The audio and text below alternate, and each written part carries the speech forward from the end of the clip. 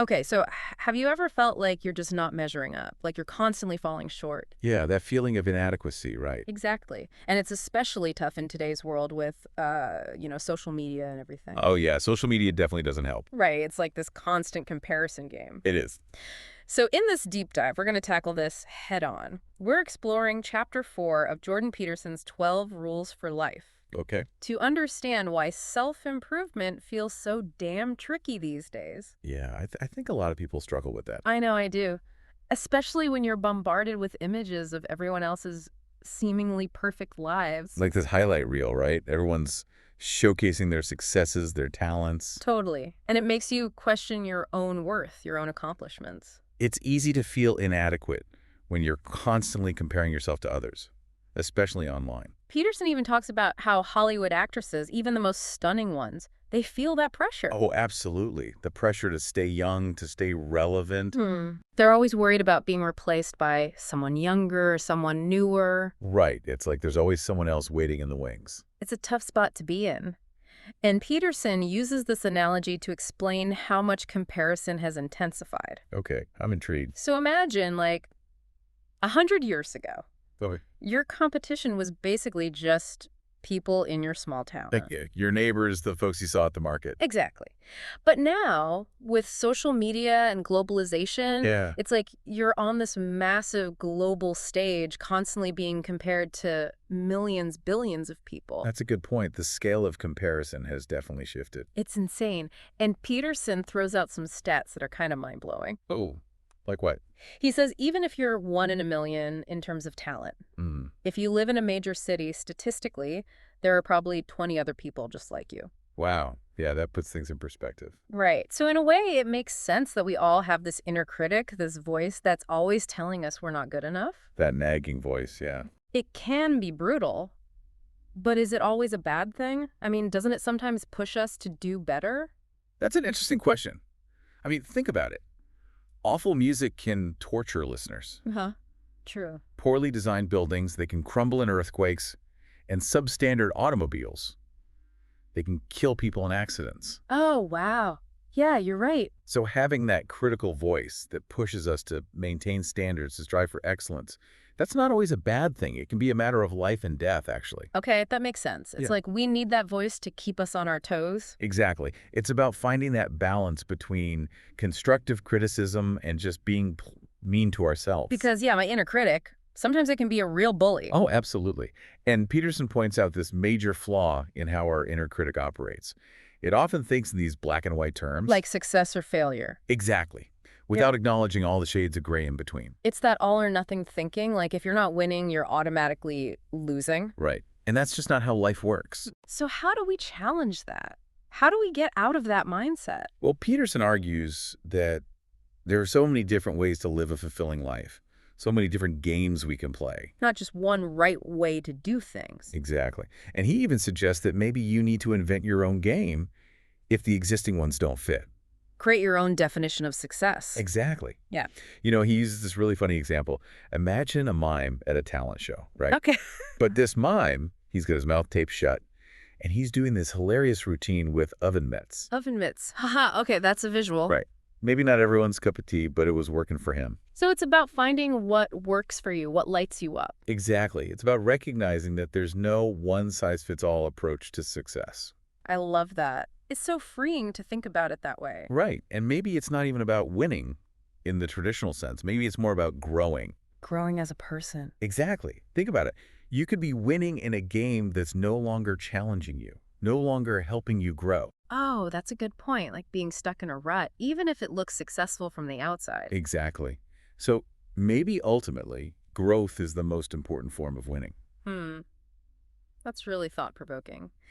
I know I've definitely felt stuck in certain areas of my life, even when things were going well on the surface. Yeah, we've all been there. Yeah. So how do we move from that feeling of being stuck to actual progress? How do we shift from comparison to genuine self-assessment? Right. It's easy to get overwhelmed by the whole self-improvement thing and not know where to start. It can be a lot. But Peterson offers this interesting approach. He compares it to hiring a home inspector. Okay. They come in, they point out all the flaws in your house, right? Even the ones you didn't notice. Oof. Yeah, not always fun to hear. Right. But you need that information to make repairs. So we need to be willing to take a hard look at ourselves, like a home inspector looking for cracks in the foundation. Exactly. It's about being honest with ourselves, even if it's uncomfortable. But that sounds kind of scary, to be honest. I hear you. It can be daunting. But the key, as Peterson points out, is to remember that the future isn't fixed like the past. Oh, okay, so there's hope. Absolutely. It's not just about where you are right now. It's about the direction you're headed. He talks about this concept of trajectory. Trajectory. Yeah, like the path you're on. And the beauty is you can always change your trajectory. Even small changes made consistently over time can lead to massive progress. So instead of beating myself up for where I am today, I can ask myself, what small step can I take to move in a better direction tomorrow? Exactly. It's that shift in focus from dwelling on the past to actively shaping the future. I like that. It feels more empowering somehow. It is. And this reminds me of this fascinating psychological experiment by Daniel Simons. Oh, I love a good psychology experiment. Tell me more. Okay, so imagine you're watching this video of basketball players, right? They're passing a ball back and forth, Okay, I'm picturing it. and your task is to count the passes. All right, sounds simple enough. You'd be pretty focused, right? Try not to miss any of the passes. Yeah, I'd be laser focused on those passes. And that's exactly what happened to the participants in this study. They were so intent on counting those passes, they completely missed something astonishing. Oh, what did they miss? A person in a gorilla suit walked right through the middle of the scene, What? No way. and about half the people watching didn't even see it. Wow. That's incredible. You'd think you'd notice a gorilla walking by. You would. But they were so focused on their task, they literally became blind to something that seemed so obvious. So what's at the takeaway here? That our brains are constantly filtering information. We only see what we're looking for, what we deem important. So we're essentially walking around with blinders on. In a way, yes. And this connects to a really interesting concept from Vedic texts called Maya. A Maya. It's the idea that the world we perceive is actually an illusion shaped by our desires and expectations. Whoa, that's mind-blowing. So what we see is determined by what we're looking for. Exactly. And think about how that plays out in our lives, especially during times of crisis. Oh, it's interesting. If we're fixated on a certain outcome, on what we want to happen, we might completely miss other possibilities, even ones that could be more beneficial. So our desires can actually blind us to potential solutions. You got it. And that's where things get really interesting. It's like, are we even aiming for the right things? Are we letting our desires kind of dictate our reality and maybe even blind us to some better possibilities that are out there? I know I get fixated on specific goals sometimes, and if I don't achieve them, I feel like a total failure. Peterson talks about this too. Like, imagine somebody who's fixated on getting their boss's job. Oh, yeah. And they're just miserable. Like, they're miserable because they can't have it. But what if that desire itself, like wanting that job, Yeah. is the source of their unhappiness? Like, what if they're just chasing the wrong thing? So it's not just about achieving goals, it's about making sure they're the right goals. Exactly. It's about shifting our aim away from those kind of lesser ambitions, right? Like wanting a better office or a bigger paycheck, whatever it might be, to something higher, something more fulfilling. Like Peterson talks about sacrificing a lesser ambition for a higher one. So it's like moving from wanting a better office to wanting a better life.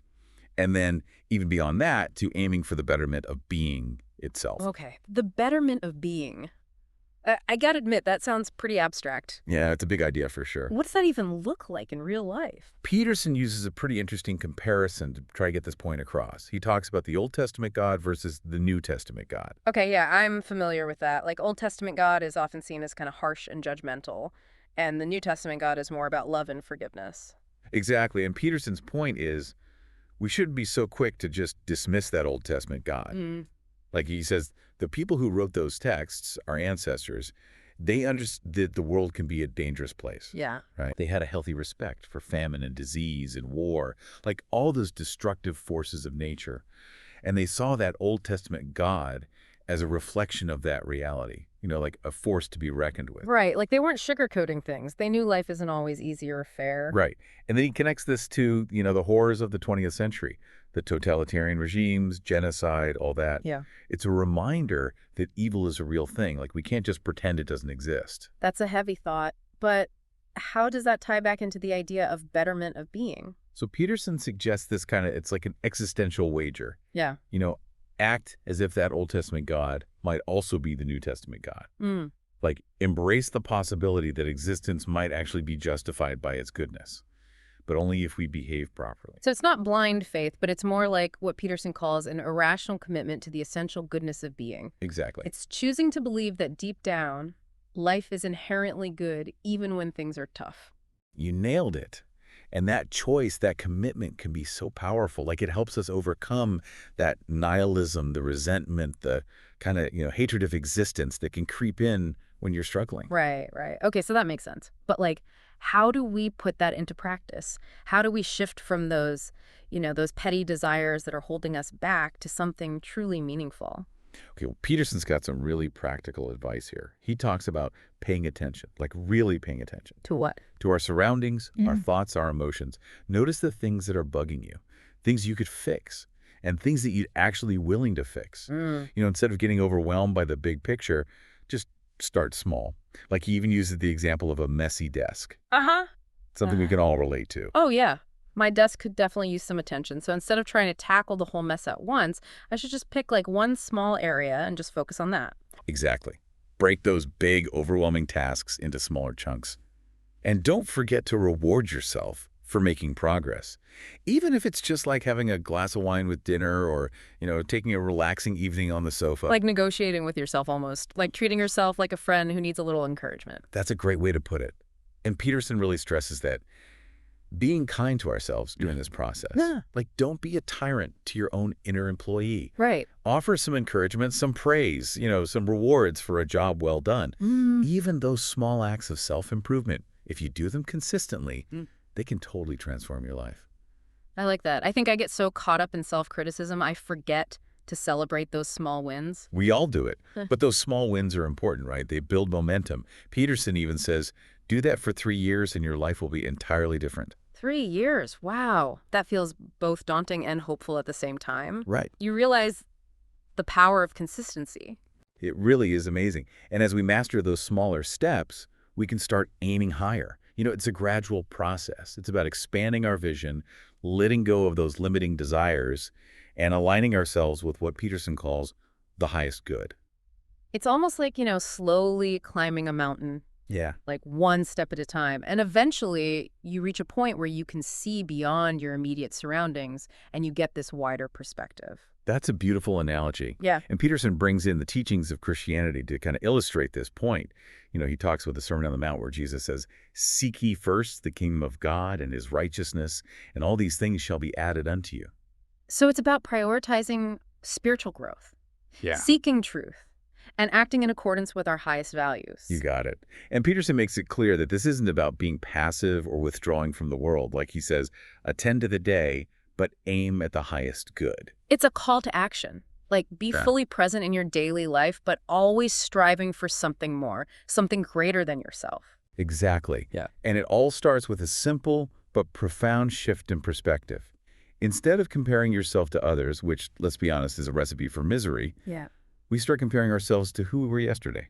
It's about focusing on your own journey, your own growth, recognizing that we're all works in progress. It still feels like we're missing a piece of the puzzle, though. Like, how do we actually know what the highest good is? Yeah. And then how do we even summon the courage to actually pursue it when life throws all those curveballs? It's easier said than done, right? Like, it's easy to talk about aiming for the highest good, but figuring out what that means for you, that's a whole other challenge. Yeah, it feels kind of overwhelming, to be honest. And then how do we stay focused on that? Yeah. When life gets messy, when it throws those curveballs. Exactly. It's like, okay, I get the concept, but how do I actually apply it in my everyday life? And that's where I think this idea of faith comes in, the kind Peterson talks about. Okay. It's not about blind belief, but it's more like choosing to act as if there is meaning and purpose, even when we can't fully grasp it. So trusting that there's more to life than what we see right in front of us. Even when things are tough, there's this bigger picture unfolding that we might not even be aware of. Right. And that can be scary. Oh, yeah. It's like taking a leap of faith into the unknown. It is. It's so much easier to cling to what's familiar, even if it's negativity or resentment. It's almost like we get comfortable with our own suffering, with our stories of being the victim or not being good enough. That's so true. Yeah. We can get so attached to those narratives that we resist change even when it could lead to something so much better. So how do we break free from that? How do we cultivate that sense of faith, that trust in something bigger than ourselves? Well, Peterson keeps coming back to this idea of the essential goodness of being. Like, Right. how do we tap into that? Yeah, what does that even look like? I think it starts with being willing to look beyond our immediate circumstances. You know, like imagine you're climbing a mountain Okay. when you're so focused on each grueling step, the pain, the fatigue, it's easy to get discouraged. Oh, yeah, for sure. But if you can even just for a moment shift your perspective and catch a glimpse of that view from the summit, that breathtaking view, Yeah. it gives you the strength to keep going. It's like remembering why you started climbing in the first place. Exactly. And that vision doesn't have to be this grand, complex thing. Right. It can be as simple as wanting to make your life or the lives of people around you a little bit better each day. Just those small acts of kindness, moments of genuine connection. Those things add up. They do. Peterson talks about attending to the day while aiming at the highest good. Mm. So it's about finding that balance between being present in the moment, but also striving for something more. It's like, navigating a ship. Okay. You need to be aware of the immediate conditions, the wind, the currents, but you also got to keep your eyes on the destination and, make those small course corrections along the way to stay on track. So it's not about having this rigid plan, but more like having guiding principles that help you weather those inevitable storms. Exactly. And those principles come from really understanding ourselves, our strengths, Yeah. our weaknesses, and our values. And Peterson suggests asking ourselves some tough questions. Yeah. Like, what is it that's bothering me? Is that something I could fix? And would I actually be willing to fix it? And sometimes the answer to that last one is a hard no. It is. It's about taking ownership of our lives, recognizing that we have the power to change things. Right. But it's also about being kind to ourselves in the process.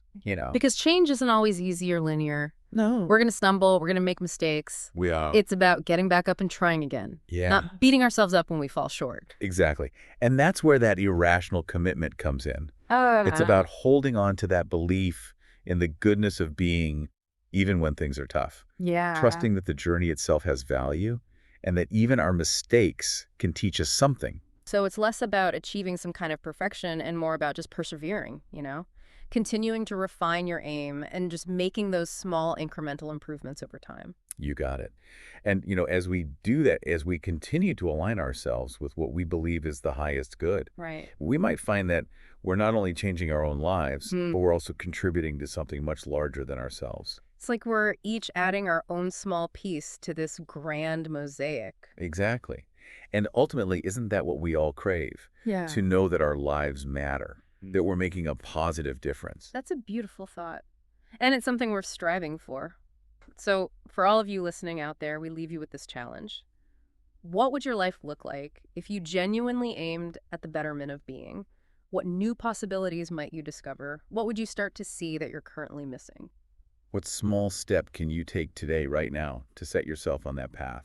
That's all for this deep dive into the wisdom of Jordan Peterson. Thanks for joining us. Until next time, keep seeking, keep questioning, and keep aiming for that highest good.